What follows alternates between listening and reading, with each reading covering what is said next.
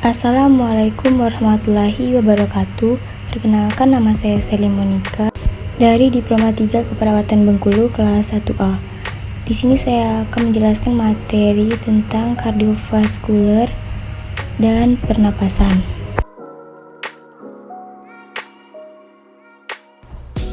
Sistem kardiovaskular terdapat 3 komponen. Yang pertama jantung, yang kedua pembuluh darah. Di dalam pembuluh darah terdapat vena, arteri, dan kapiler. Yang ketiga darah. Di dalam darah terdapat plasma darah, elemen pembentuk darah yaitu eritrosit, leukosit atau granula dan agranula, dan trombosit. Selanjutnya struktur dan fungsi sistem kardiovaskuler. Yang pertama ada jantung. Jantung adalah organ berotot yang berongga dengan 4 ruang dengan ukuran sekitar sebesar kepalan tangan. Jantung terletak dalam rongga dada pada ruang mediastinum. Denyut jantung seringkali dapat dipalpasi pada sela interkostal kelima, kira-kira 2 inci atau 5 cm, sebelah kiri dari garis tengah tubuh.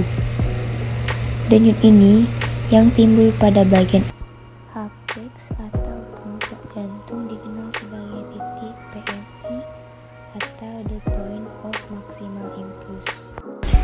Jantung tersusun atas 3 lapis. Yang pertama lapisan tipis pada bagian dalam atau endokardium. Yang kedua lapisan otot atau miokardium, dan terakhir lapisan fibrosa atau jaringan ikat pada bagian luar atau epikardium. Jantung dikelilingi oleh perikardium. Lapisan visceral perikardium bagian dalam melekat pada epikardium, sedangkan lapisan parietal bagian luar melekat pada mediastinum. Sejumlah kecil cairan perikardium melumasi ruang yang ada di antara kedua lapisan perikardium dan mencegah friksi atau gesekan antar permukaan ketika jantung berdenyut. Jantung terbagi dari arah vertikal oleh septum. Hal ini membentuk ruang atrium kanan dan kiri, serta ventrikel kanan dan kiri. Ketebalan dinding setiap ruangan berbeda-beda. Selanjutnya, lapisan miokardium pada atrium lebih tipis dari ventrikel, dan dinding ventrikel kiri 3 kali lebih tebal dari dinding ventrikel kanan. Ketebalan ventrikel memberikan kekuatan untuk memompa darah ke dalam sirkulasi sistemik.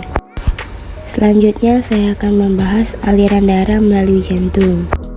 Yang pertama, atrium kanan menerima darah vena dari vena cava inferior dan superior dan sinus coronarius. Yang kedua, darah kemudian melewati katup trikuspid ke dalam ventrikel kanan. Yang ketiga, pada setiap kontraksi, ventrikel kanan memompa darah melalui katup pulmonal ke dalam arteri pulmonal. Katup jantung. Keempat katup jantung bekerja melayani jantung untuk menjaga darah mengalir ke arah depan. Daun katup mitral dan trikuspid melekat pada untai tipis dari jaringan ikat yang disebut chordae tendinea. Selanjutnya saya akan membahas tentang pembuluh darah. Arteri diantaranya membawa darah bersih atau oksigen kecuali arteri pulmonalis. Mempunyai dinding yang tebal, mempunyai jaringan yang elastis, katup hanya pada permulaan keluar dari jantung, menunjukkan adanya tempat untuk mendengarkan denyut jantung. Selanjutnya, pembuluh darah arteri yang terbesar adalah aorta atau yang keluar dari ventrikel sinistra, dan arteri pulmonalis atau yang keluar dari ventrikel dextra. Cabang dari arteri disebut arteriola yang selanjutnya menjadi kapiler. Selanjutnya vena, diantaranya membawa darah kotor atau sisa metabolisme dan CO2, kecuali vena pulmonalis.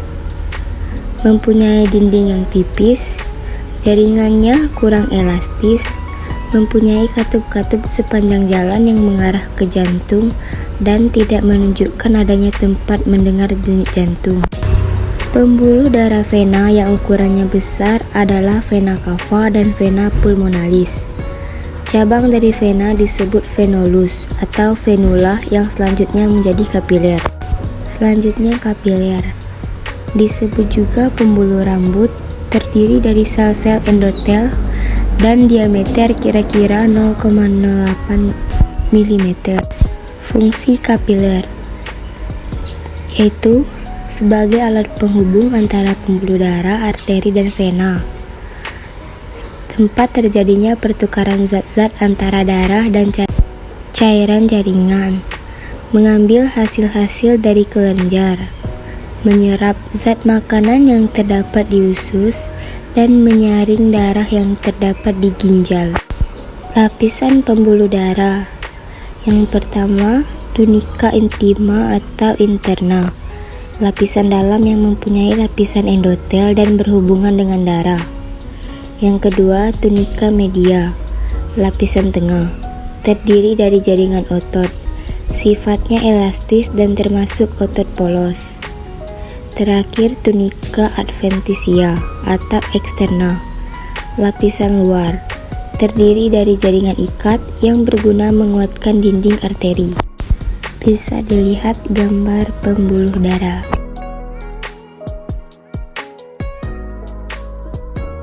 Di sini kita dapat melihat perbedaan vena dan arteri.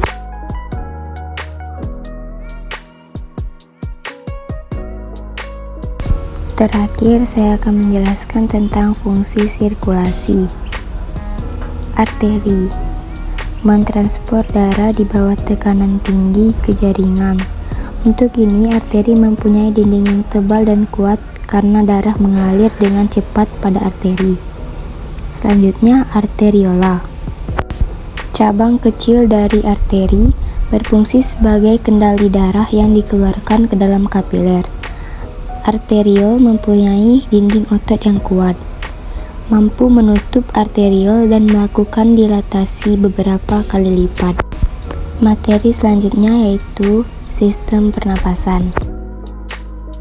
Sistem pernapasan atau respirasi, yaitu proses pengambilan oksigen, pengeluaran karbon dioksida, dan menghasilkan energi yang dibutuhkan tubuh.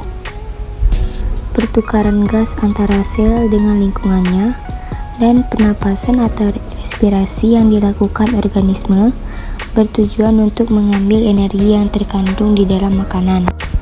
Alat-alat dalam sistem pernapasan dapat kita lihat pada gambar berikut. Hidung, faring, laring, trakea, bronkus, dan diafragma.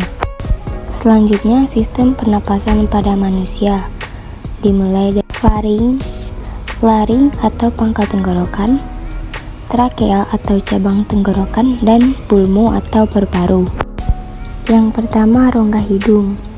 Rongga hidung merupakan tempat masuknya udara pernapasan pertama kali. Terdapat rambut-rambut hidung dan mukus.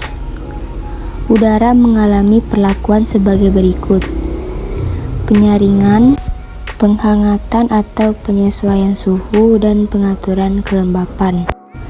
Yang kedua, faring. Faring merupakan persimpangan antara saluran makanan atau esofagus dan saluran respirasi atau trakea. 3 bagian faring. Yang pertama, nasofaring atau daerah faring yang membuka ke arah rongga hidung. Yang kedua, orofaring atau membuka ke arah rongga mulut. Yang ketiga, laringofaring atau membuka ke arah laring. Yang ketiga, laring. Laring terletak di bawah faring dan merupakan pangkal tenggorokan, tersusun oleh tulang rawan. Fungsinya menyalurkan udara dari faring ke trakea. Terdapat glotis atau bagian atas laring.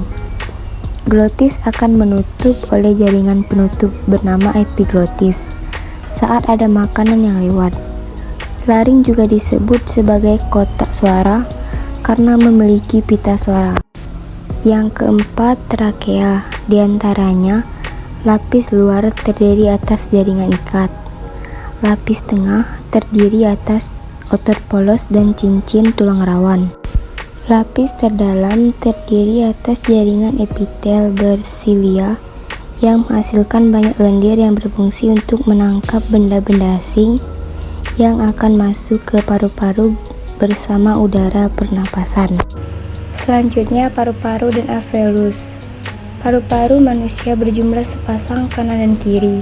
Setiap paru-paru dibungkus oleh selaput pembungkus paru-paru yang dikenal dengan pleura. Paru-paru kanan ada 3 gelambir, paru-paru kiri ada 2 gelambir. Di dalam paru-paru terdapat kantong udara sebagai tempat difusi gas, yaitu alveolus. Permukaan alveolus dilengkapi kapiler darah sehingga memungkinkan terjadinya difusi gas. Di sini juga dapat kita lihat mekanisme pernapasan manusia. Selanjutnya kita juga dapat melihat mekanisme pernapasan dada dan perut.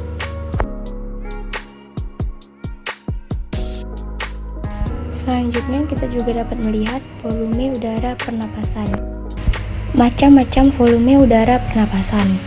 Volume tidal, udara yang dihirup dan dihembuskan dalam keadaan biasa atau 500 cc. Volume cadangan inspirasi atau komplementer, udara sebanyak 1500 cc yang masih dapat dihirup lagi dengan cara inspirasi yang maksimum setelah inspirasi biasa. Volume cadangan ekspirasi atau suplementer, udara sebanyak 1500 cc yang dapat dihembuskan lagi pada ekspirasi maksimum dengan mengerutkan otot perut kuat-kuat. Udara residu, udara sebanyak 1000 cc yang tidak dapat dihembuskan lagi dan menetap pada paru-paru. Baiklah, itulah penjelasan saya. Sekian, terima kasih. Wassalamualaikum warahmatullahi wabarakatuh.